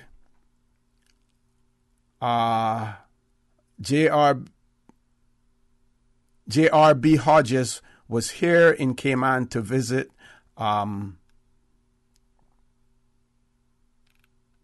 Wayne Humphreys and Alex Horsley, our present volunteer. I remember him, he taught me. And to find out what the needs of the government might be for the next year. He was also interested in the longer view and what kinds of contribution his organization could make towards helping in the development of the Cayman Islands. So far, the supplying of teachers forms some 80% of the projects which are filled in different countries, but VSO is interested in extending their services to cover a wider variety of fields of service. Next September, it is anticipated that 1,200 volunteers will be sent overseas. So that's the genesis of some of our teachers here in the Cayman Islands. Gap year students come as volunteers to teach. For many, it was a nice vacation for them also. But we had the benefit of those, bearing in mind that some of them were not university trained, but they taught. But we had that in the Cayman Islands anyway. As a matter of fact, in our little discussion on Saturday evening with Niels and Nicky Godfrey, and I forgot Sandra and Denver Solomon. They were there also. It was nice to see them there and talk with them. But we're talking about schooling, and you would have heard me mention before that my mother, Orrett Connor, she had a school. She taught. Many people went to her school. I didn't attend her school. I went across the street to Miss Rachel Forbes' school. And we were talking about Miss Kippy's school. I think her first name was Muriel. We talked about Miss Kippy's school. But in the Cayman Islands, and you saw it in West Bay and other districts as well, where those persons who would have passed some exams or whatever set up private schools they taught. And sometimes you had benches that you sat on. Sometimes you maybe have sat on the ground. Nikki and Niels were reminiscing about Miss Kippy's school and how you sat on the boxes to be taught. And of course, she had a lot of fruit trees in her yard, some of the sweetest gnips in Miss Kippy's yard as well. And they also spoke about how when the sun would be rising in the morning, she would shift you to the other side of the house where you were in the shade. And when the sun switched to the west, then she switched you back to the other side. But you sat on wooden crates to be taught as well. But many, my point is that many persons had set up what we would consider private schools where they taught. So the challenges that we faced then in terms of having proper facilities for teaching and stuff, we here in the Cayman Islands have come a long way. We endured a lot. So those of you Johnny-come-latelys who are now reaping the benefits of our hard-earned and hard-fought-for privileges that we have in the Cayman Islands, be careful about what you say or how you act, because you didn't really help to lay the foundation of what we have here in the Cayman Islands. So tread cautiously and carefully and respect us. There was an announcement here and says here what? It says on page 8 of the 7th of January 1966 issue, there was mention given to James Borden being charged with disorderly conduct. Please note that it is not James Borden of Coral Investments Cayman, Canadian Enterprises and Sport Fishing Headquarters. So some James Borden was charged. I believe I know who that other James Borden was.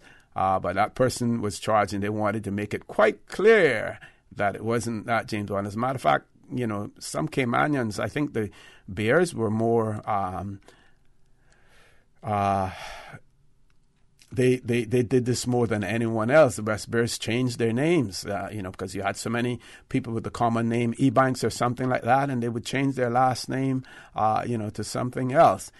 Pictures of the Northwester taken place, and the caption reads, "How many of us can see these pictures and not look back with nostalgia to carefree childhood days when a Northwester meant many happy hours spent watching the waves roll and lash the shores with ruthless fury, or even to walk several miles to the beach in order to take a chili dip and maybe acquire a few bruises from being battered by the rolling seas, which seemed so well to know our every weakness.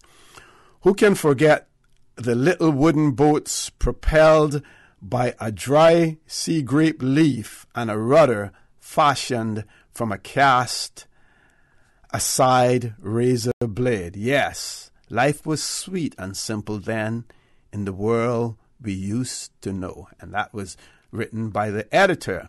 Cayman's big attraction, dance and floor show with music by the Sunshine Band and Prince Albent. You remember Prince Albent? Your singing MC starring the great Sebastian, Fire Eater expert, featuring the Cayman Ska Teens. Next big dance tomorrow, Friday the 22nd at 9 p.m. at Club Inferno. Floor show 11 p.m. Admission 10 shillings. Prince Albert Ben Productions, sponsored by S.E. Nemard. Do you know who S.E. Nemard was? Not only did he drive a taxi, but he also was a band member. Mr. Nemard, I believe he was the man on the saxophone. Just like you see Mr. Howell, 104 years old and a shoemaker, but he was also a keen musician as well. That's my little addition there. And it says here, the Sunshine Band, the band with the soul, plays on Mondays and Thursdays at the Coral Caymania Hotel, Tuesdays at the Blue Wave, and Fridays at Club Inferno. For birthday parties, weddings, receptions, dances, etc. See S.E. Nemard. Lots of stuff. Story here on Miss Ivory Anderson. Miss Ivory, we talked about her on Saturday night as well with Niels and Nicky Godfrey. Miss Iva Anderson dies. It says Miss Iva Anderson of Georgetown passed away in the Georgetown Hospital on Wednesday, the 13th of January, 1965. She was the daughter of Miss Mary Ebanks, and born on the 25th of April, 1907. Her parents' name is on that list that I got from Mr. Nicky Godfrey as well. It says the funeral was conducted by the Reverend John Lord at the Emsley Memorial Church, of which she was a communicant member. The Reverend George Hicks gave the obituary. The service was attended by a large and representative congregation. Says she will be sadly missed by her many friends, and especially Miss Frances Borden, because she lived with Miss Frances Borden. And Rena Barnes was talking about, Miss Ive and stuff like that. And you got to hear the joke about when he walked into the back room, because he used to clean the church and everything, and bumped into the coffin that was in there. He flew out of the out of the Emsley Memorial Church. That's a joke that Rena told us. We're going to take a commercial break now. When we return, we'll be talking some more about the trade winds, the 21st of January, 1965. Please stay tuned. It's 2019, and you know what they say, new year, new me? Yeah, Bobo. For me, it's new year, new car. For real? What you thinking of buying? The new RAV4 from Vant Motors. It's one of the safest compact SUVs out there with enough room inside, which is good for my family and convincing my wife we need this. Plus, it's fuel efficient, fun to drive, and on top of that, it's on sale too. Yeah, and I hear it's one of the best-selling SUVs on the market. Cause you don't gotta spend more to do more. That's why I'm gonna get mine now, while they have a new stock to select from. Do more in your RAV4. Save thousands on the all-new 2019 RAV4. Test drive yours today and see why the RAV4 is a best-selling SUV in Cayman. Available only at Vant Motors, Walkers Road. Cayman's tourism product must be properly developed to ensure long-term prosperity for all. According to the Environmental Impact Assessment, 3 years of construction will stop all water and shore-based activities in the Georgetown Harbor. Snorkeling, scuba, glass-bottom boat tours, and submarine tours currently generate around $10 million per annum from our Georgetown Harbor reefs alone. This will result in the loss of hundreds of jobs and closure of many small businesses. 14 acres of healthy coral reefs will be destroyed. Healthy coral reefs destroyed. Destroyed. Cruise ship engines will stir up silt, smothering the very product tourists come to see. Is this responsible stewardship of our precious natural resources? Will Caymanians really benefit from the piers? Our government must get it right. Must get it right. For us now and for future generations. Make an informed decision. Support the referendum. Support the referendum. Support the referendum. And let's build our future together. This is Cayman Up Close, a weekly special feature from Radio Cayman News. I'm Shanda Gallego. Shanda Gallego goes behind the scenes with Cayman's newsmakers, artists, and emerging talent to get their unique and personal experience, their real story.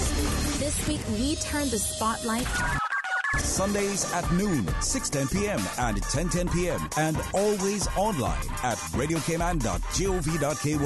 Tune in for Cayman Up Close this weekend. On Thursday at 12:15 p.m. on Radio Cayman, Health Service Station will bring you the next CI Retro Talk Today special Cayman Islands Cultural and Heritage Program presentation, which focuses on Celebrate Cayman, this year's Heroes Day theme. Health Service Station, Hell Road in West Bay, family owned and operated for over 45 years. Now that calls for a celebration. Health Service Station, where you're more than a customer, you're part of the family. Visit Health Service Station for all of your car care products. Initiating system. For information that matter. For the record. With Orrett Connor. Continues right now on Radio Cayman. Good morning and welcome back to For the Record. No guests in the studio, but we're following the news of the 21st of January, 1965, the Trade Winds newspaper. We have one caller, so let's go to the phone lines. Caller, good morning. Welcome to For the Record. Yeah, good morning, O.C. Morning. How are you doing? Not too bad. It's nice to hear you reading that paper, man. That brings back some memories there, man. Thanks. Thank you.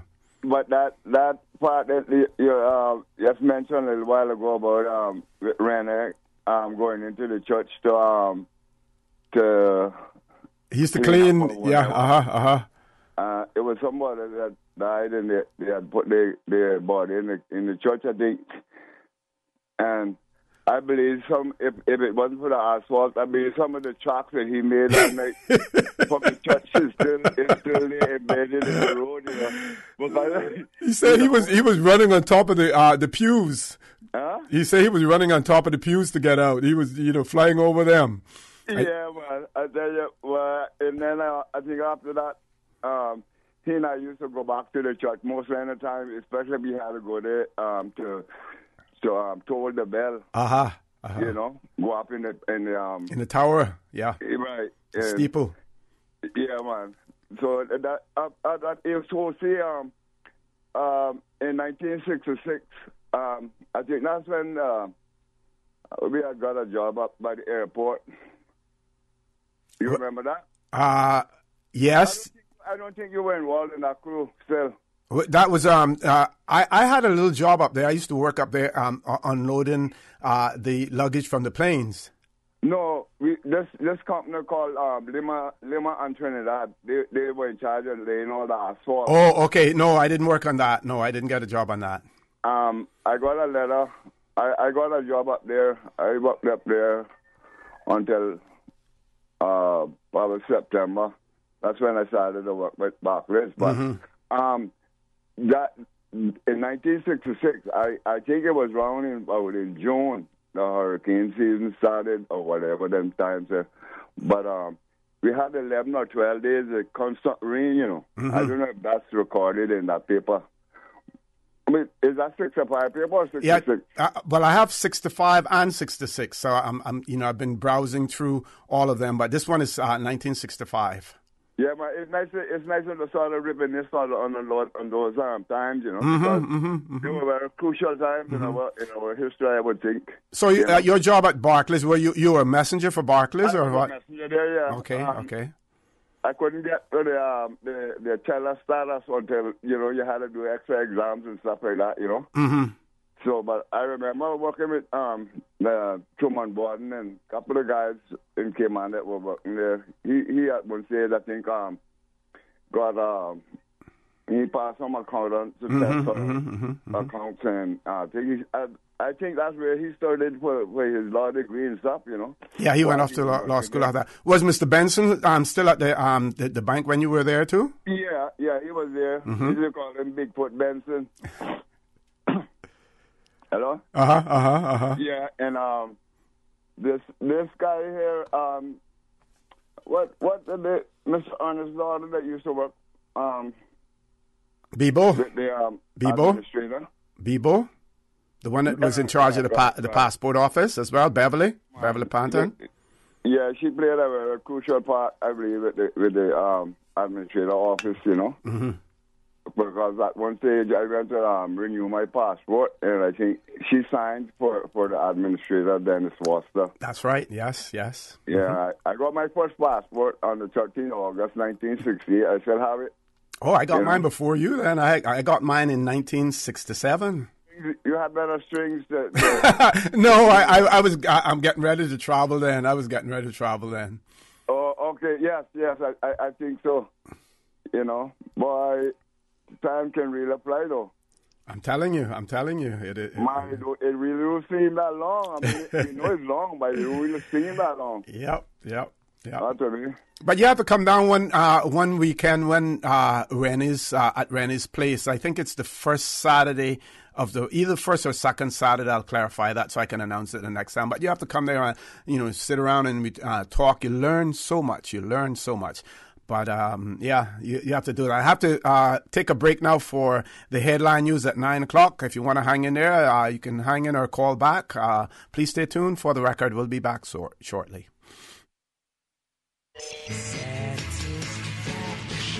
Satisfaction is guaranteed 24 hours a day, whether it's music or information. From Grand Cayman to Cayman Brac to Little Cayman, we've got you covered. You ever hear a thing like that? Radio Cayman in the Cayman Islands. Radio Cayman, maintaining the innovation. On a daily basis, making it easy to connect with you, our listeners. Add us to WhatsApp today, 925-3261. That's 925-3261. Radio Cayman. Send a text or voice note. Can I send a request, please? You don't really have to ask us. Just send a request. This is a shout out to my ex. Radio Cayman, the voice of the Cayman Islands. Radio Cayman, maintaining the innovation. Radio Cayman. Radio Cayman's newsroom. These are the biggest stories right now. Giovanni Silburn admits to assaulting an East End man with a knife back in July. In Grand Court, Silburn pled guilty to one count of wounding with intent and one count to carrying an offensive weapon. The details weren't outlined in court. He was remanded into custody and will return in March for sentencing.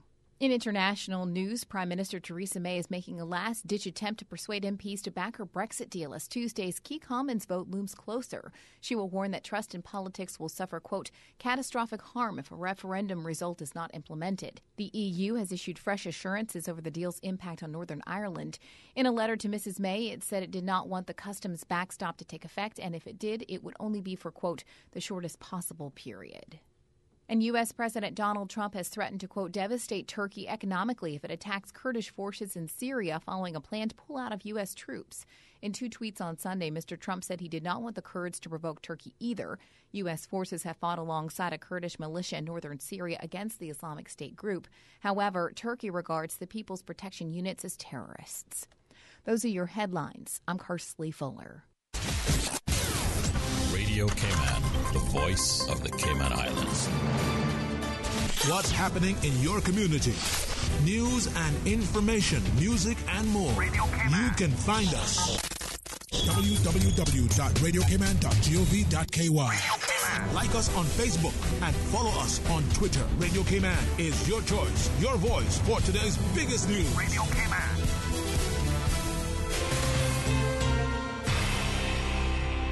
Initiating system. For information that matters. For the record with Orrett Connor. Continues right now on Radio Cayman.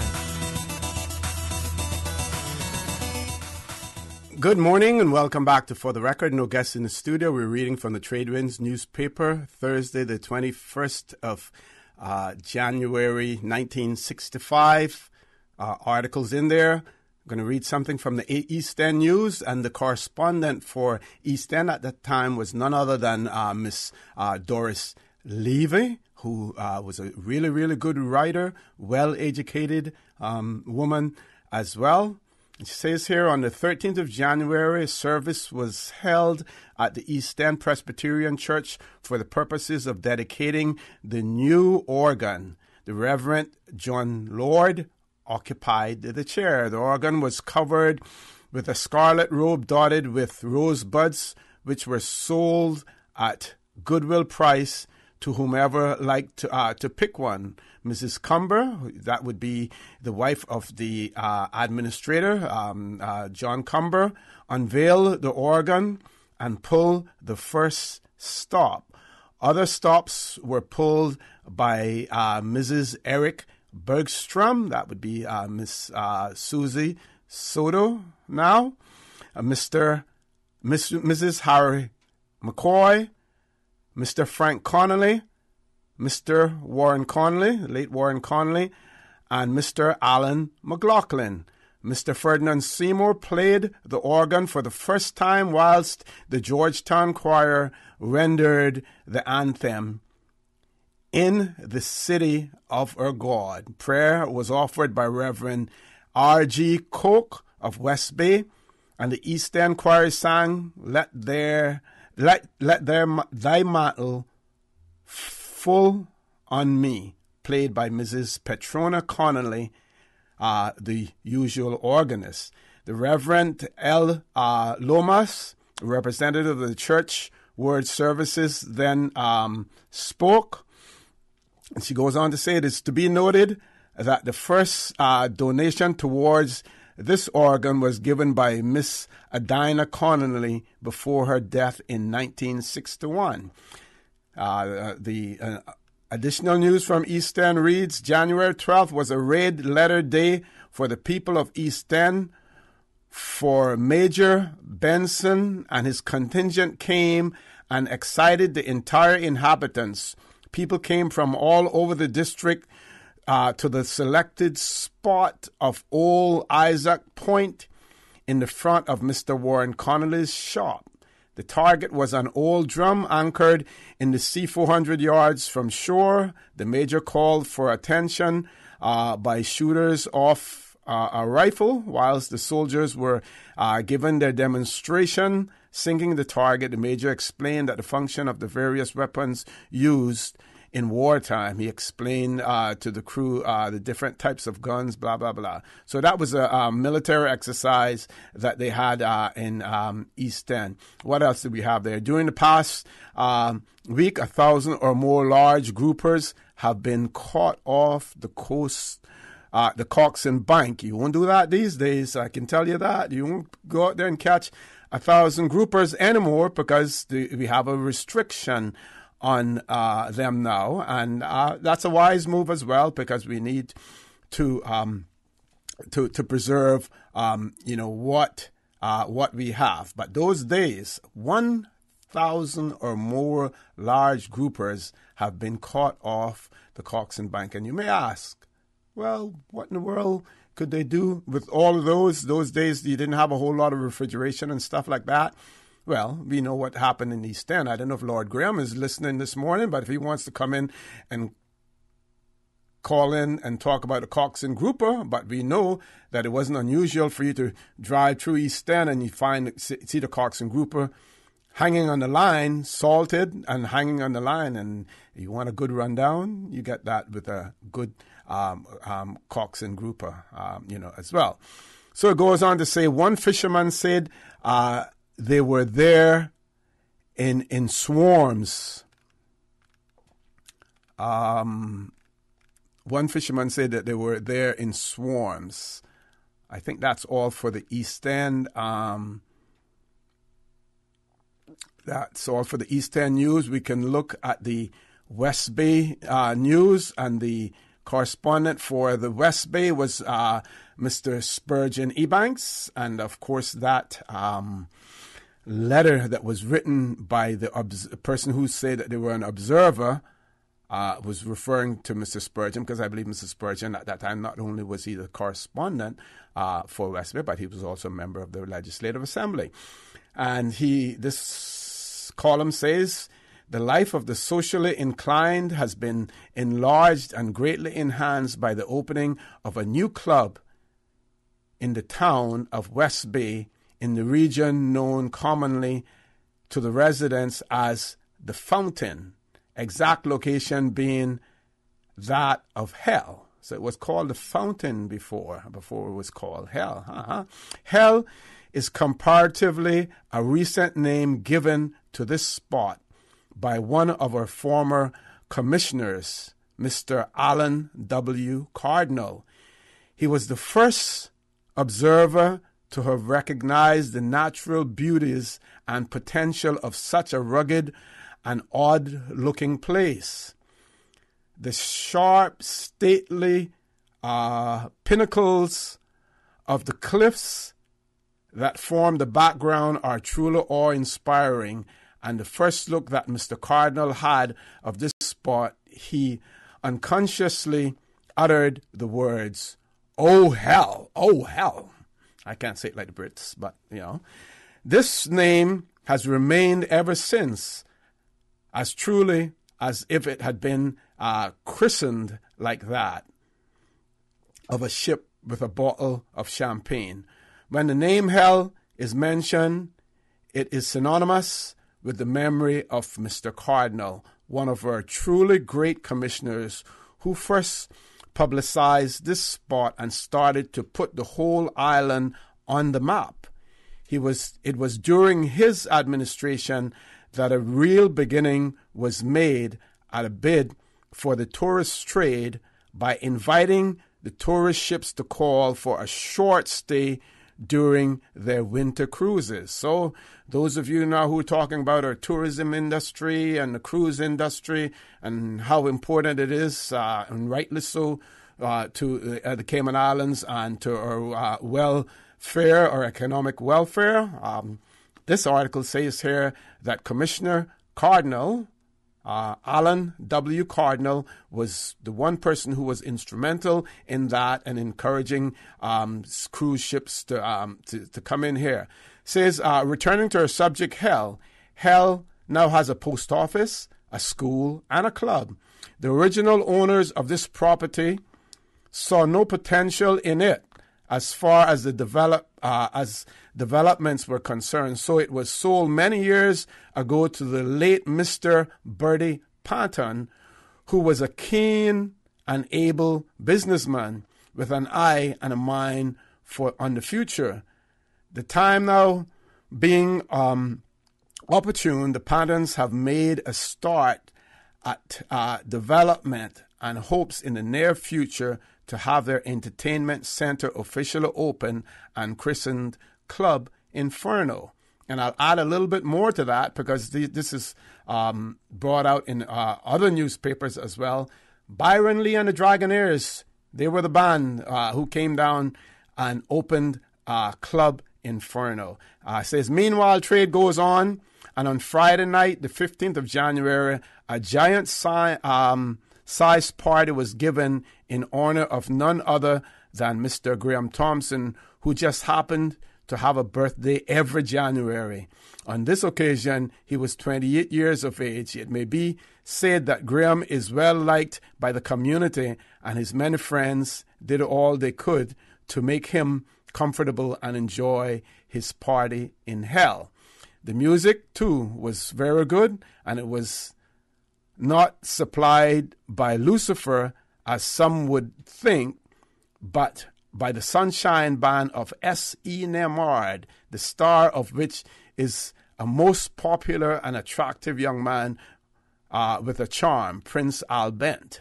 Paradoxical as it may sound, a cool, enjoyable evening was spent in the warm atmosphere of Club Inferno. And then it goes on to say, on Saturday, January 2nd, Miss Lillian Parsons, the youngest daughter of Mr. and Mrs. Lewin O. Parsons, Sr. of West Bay, was in united marriage to Mr. Richard McDermott of Kingston, Jamaica. The bride flew by BWI to Jamaica for the occasion. She was accompanied by her brother, Lewin, who gave her away in marriage. The ceremony was performed by Mr. Jim Russell, who calls himself the marriage officer of the Caymanians, as he has united in marriage so many Caymanians who go to Jamaica to be wed. Yes, many Caymanians went there to be wed as well. So that is that for that section of it. Do we have any callers, Miss Susan? No callers? We're going to take a break in 2 minutes, but I want to find the Cayman Brack. I know Miss Susan will be interested in that, but I know she's already seen most of these also. But the Cayman Brack news, the reporter there at that time was Miss Lillian Rich, and then that was taken over by Keith Parker Tibbetts Jr. after that as well. Let's take that commercial break, and I can find the columns for Cayman Brack. Please stay tuned for the record. We'll be back shortly. My dad is the best. He was always there to protect me and guide me to be a better person. He helped shape me into the woman that I am today. But I was never prepared for the day that I had to protect and take care of him. It was terrifying and a total role reversal. But I will always be there for him like he was for me. When it comes to his medical care, I go where he always did, West Bay Pharmacy. We know the difficulty of caring for elder family members. At West Bay Pharmacy, we can help assist you with caring for your loved ones by providing quality medicine and some of the most efficient home healthcare items possible. We provide precise calculations with your prescriptions to ensure your medical safety. West Bay Pharmacy, taking care of your health. Did you know that recycling collection containers are located island-wide in Grand Cayman? The Department of Environmental Health's program is an integral part of DEH's waste management responsibility in the Cayman Islands. Start your recycling program at home today. Put your tin and aluminum cans in appropriate DEH recycling containers at all Foster supermarkets, Kirk Market, or Hurley's Grand Harbor. Help keep the Cayman Islands clean. Reduce, reuse, and recycle. For more information about recycling, go to www.deh.gov.ky. Initiating system. For information that matters. For the record, with Orrett Connor. Continues right now on Radio Cayman. Good morning and welcome back to For the Record. No guests in the studio this morning, so we're perusing the Tradewinds newspaper dated Thursday, the 21st of January, 1965. I have read various things. I've read some news from East End, Miss Doris Levy, news from West Bay. The correspondent there was Mr. Spurgeon Ebanks.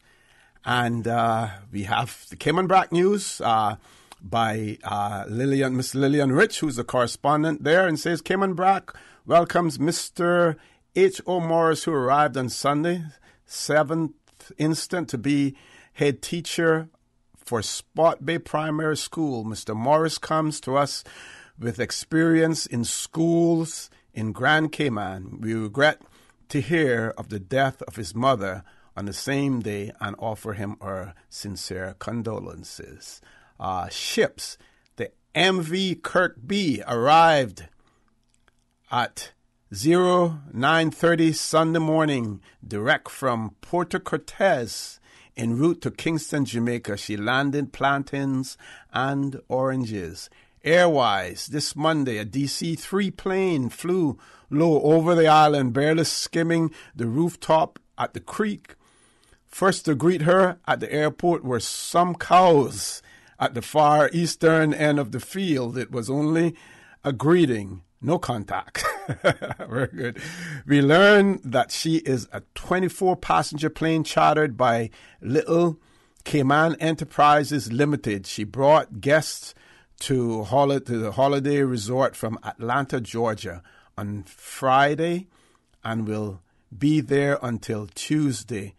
With characteristic American spontaneity, she flew into Cayman Brac with 3 locals, one of whom was Miss Eleanor Grant Borden, the radio operator at Little Cayman, on a birthday ride. Happy birthday to you, Eleanor. The vocal link between the two islands. So she was the operator, radio operator, Miss Eleanor Grant Borden. Says some 30 friends from Cayman Brac braved the surges seas in the yacht cabin to join the Little Caymanians and tourists for a very enjoyable celebration. On Sunday afternoon, the 10th of January, Mrs. Catherine Lydia Lewis was laid to rest at Spot Bay, Cayman Brac. Ms. Lewis was a member of the Church of God Holiness, and the funeral service was conducted by Brother Arthur Jarrett, pastor. The pallbearers were District Commissioner Mr. D.H. Foster, Messrs. Trevor Foster, Raphael Rich, Ronald Wright, Stevenson Wright, and Ivan McLaughlin. Mrs. Lewis was born on the 4th of March, 1890 at Old Providence, Columbia. On the 13th of July, 1927, she was married to Mr. Daniel W.M. Lewis of Spot Bay. To the union were born 4 children, one of whom predeceased her. Those surviving are Clifford Dulce Abbey and also raised Alvin Borden, now of Georgetown. That would be the guy that we call Red Alvin, who was very devoted to her. She was a good mother who gave her life in devoted service to her children and grandchildren and others. In turn, when sick herself, her children ministered to her, and in the same beautiful spirit of devotion. Says the gathering of over 200 people who brought many beautiful wreaths expressed the respect of the island for the deceased, and Mr. Lewis and his family, Mrs. Jarrett and Mistress Vide Rankin sang Beyond the Sunset. She will be greatly missed by the family and all who knew her. And then goes on Wednesday, the 13th of January, members of many of the churches on the island met together for a prayer meeting at the Church of God Full Gospel Hall in Spot Bay. Everyone felt that this was a great blessing. Glad to see you home, Don Furquhart and Dr. and Mrs. Askey for your winter visit. Also, welcome to Dorson Eldermeyer home for vacation. And then everybody knew your business those days because once you travel, they put your name in the newspaper. Winter visitors.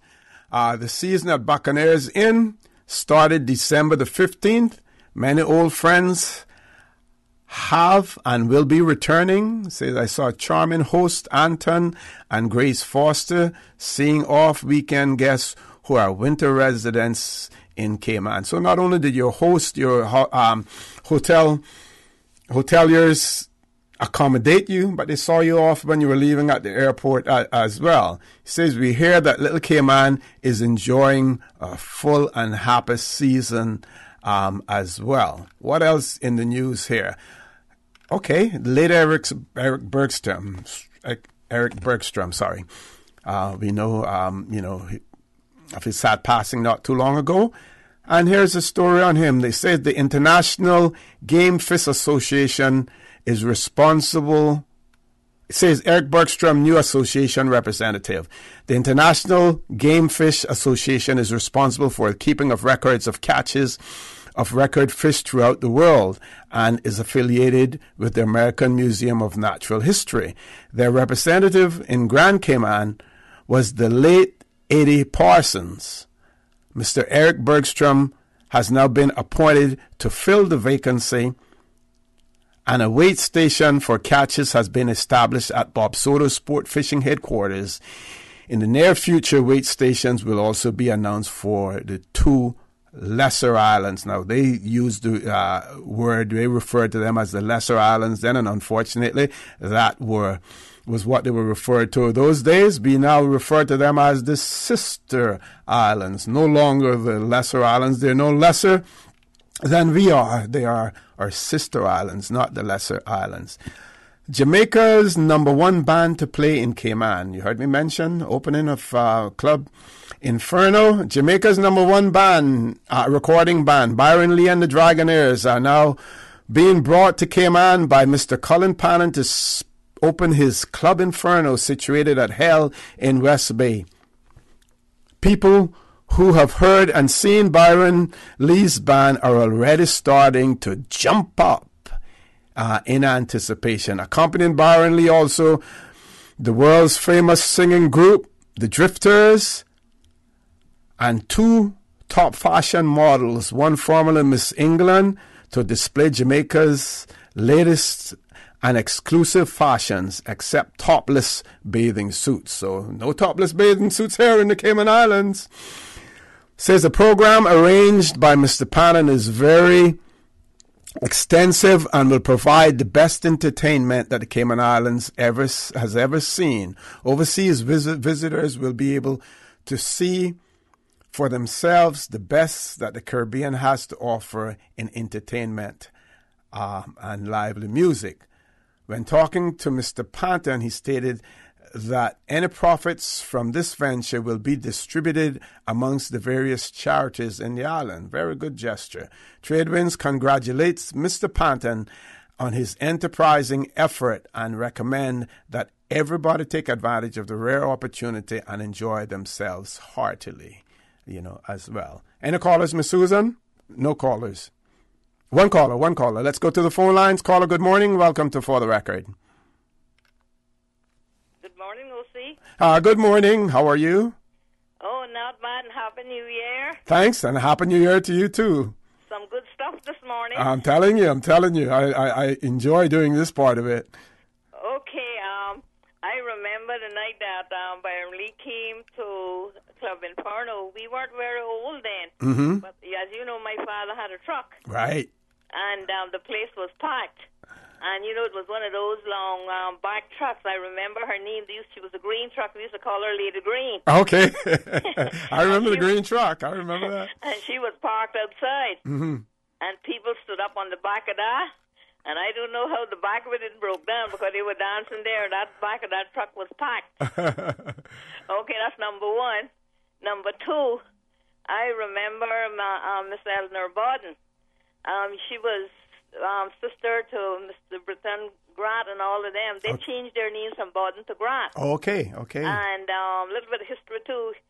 She actually used to come and visit my grandmother because they were cousins. Mm-hmm. And her brother, Mr. Baldwin, used to bring his daughter, Reba Foster, to visit us also. I remember all that growing up. Okay. But anyway, I wouldn't go into all of that. And the third one is sort of, not exactly, but sort of along the lines of what Mr. Ivan was saying when you mentioned about what was happening with Jamaica and here. Mm-hmm. As you know, my father was born in the Creek, Brack. A lot of people thought he was Jamaican or still thinks he's Jamaican, but he was a Bracker. When we went to school, and up until we were big children, they used to call us panheads. Yeah. That was. Anyway, I'll just leave that little bit with you. Okay, thanks for sharing that. Thanks for sharing that with us. As well. Discovering truth. We don't have any more commercial breaks to go to, right, Miss Susan?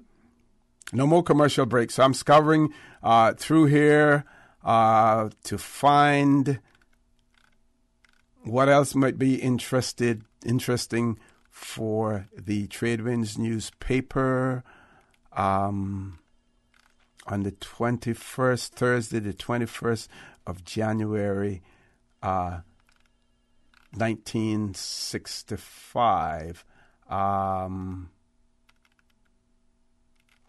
Okay, yeah. Here's. Why don't I read one of these letters to the editors? Another one of these letters to the editor, and I mention the fact that Mr. Broadbent had written in. You said someone has rejoined me, Ms. Susan? Okay, let's take the caller. Caller, good morning. Welcome to For the Record. Yeah, I call it back to you, and this Prince Albert. Mm-hmm. Yeah, Mr. Nemard and they opened but they had some big night down at Coral Cayman, yeah. Yeah, they played at Coral as well. Yep. Mm-hmm. 3 locations. And you want me to tell you a little story that on that night. Go right ahead. Big night that they were starting to say that the space was limited, and Mm-hmm. So a couple of us, we decided to dress like the band. So we dressed like the band, and the band always had a lot of equipment. They had to move in and out. So one of the, I guess security or something, or owner or something, say, "You in the band?" Or asked if we in the band. I said, "Yeah, we in the band." Mm-hmm. Mm-hmm. So I said, "Well, why instrument?" He said, "No, we don't play. We vocalists. We come on at a certain time, But that whole night, nobody wasn't calling us up on no band, because not like I wasn't playing with the band. I mean, we couldn't sing anyway. At least not me. I couldn't mess with that. So we said. They keep on asking what time is it to come on. I said, I don't know. Whenever they call us, Well, that was a night, man. It's nice. You should need to have Dr. Mark Field on there with you, man. Yes. But he knows a lot of stuff for us, I'll tell you. Yeah.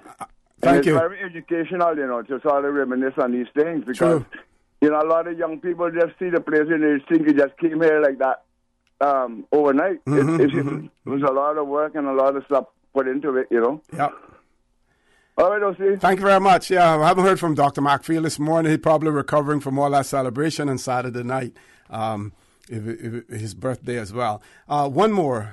This one is written by the late Mr. Armand Panton, and it's a letter to the editor, and it reads, "I would be most obliged if you would correct a misquote as printed on page 4 of your paper dated the 14th of January under the caption, 'Farewell Party for Mr. E. O. Panton,' referring to my remarks, quote, and closed by suggesting that Mr. Ernest might now become a lawyer or broker or even a member of the National Democratic Party. There is a wide open seat for him there, notwithstanding the fact that he is a Christian living man." This is what the newspaper quoted Mr. Orman as saying. So he's correcting this now, and he's saying, I submit that what I said in this context was, quote unquote, there is a wide open seat in the National Democratic Party for him. That is referring to Mr. Ernest Panton, not because the word Christian is not named in our party, but there are Christian principles therein, unquote. I therefore would be grateful if you would publish this in your next issue as a correction. Yours truly, O.L. Panton. And again, remember, Mr. Ernest Panton was retiring. Mr. Desmond Watler was taken over. And you would have heard me say on the show that Mr. Ernest Panton then entered into a contractual agreement with the Cayman Islands government via the administrator to be the PRO for the government. Now, what was PRO? PRO was the Public Relations Officer. So he basically, in this day and age, modern day and age, he would be what you would call a spin doctor for the government. Now, I wouldn't say that he put any spin on what he was reporting, but he put forward the government's position, explanation to things that were happening and everything. So in essence, he was basically the spin doctor for the government of the Cayman Islands. But folks, I'm very thankful for this opportunity to share this with you, and I promise that I will share more of these with you whenever I get the opportunity.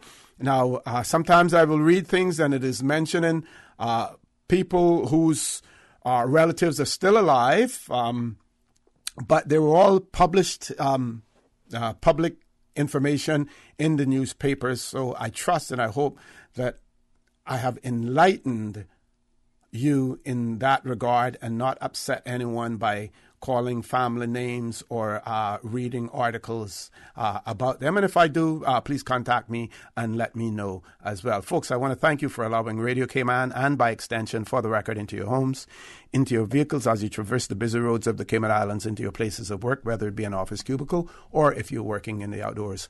I also want to remind you that we are our brothers and our sisters keepers. There is always someone out there who's less fortunate than we are, and I ask you to extend a helping hand to them. If you can't do that, then I suggest you donate toward the charity, because we always want to consider those who need, not necessarily those who want or even those who crave. I say to you, have a great day. Continue to support your radio station, Radio Cayman. Join Sterling Greenebanks at 12:15 for Talk Today. And as usual, we ask the good Lord to bless these three beautiful, wonderful Cayman Islands. For the Record is brought to you by Vamped Motors, the only authorized Ford and Toyota dealership serving the Cayman Islands. And Cayman Pharmacy Group, with locations in West Base and professional pharmacy at CTMH Doctors Hospital. The Cayman Pharmacy Group has a location for you just around the corner. Shaken yet standing firm. This is Radio Cayman in the Cayman Islands.